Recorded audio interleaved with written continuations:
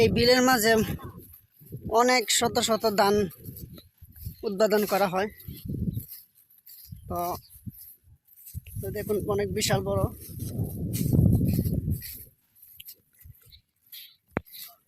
ওই যে মেশিন দিয়ে ধান কাটা হয়েছে এখানে।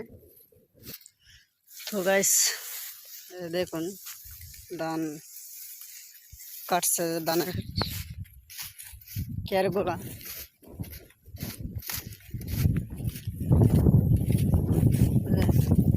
এবছর কিন্তু ধান ফসল সুস্থভাবে হয়নি, কারণ রৌদ্রর তাপের জন্য অনেক ফসল কি মানুষ পর্যন্ত ক্ষয়ক্ষতি হচ্ছে এই গরম তাপমাত্রায়।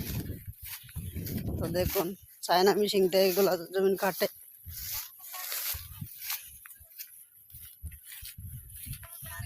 অনেক মানুষ সেই বিলের মধ্যে, সেই বিল কিন্তু এক সময় লাগে ধান রোপণ করতে পারছে না, পানিতে ভর্তি ছিল, কিন্তু এখন একদম বিলের তলা পর্যন্ত শুকিয়ে যায়।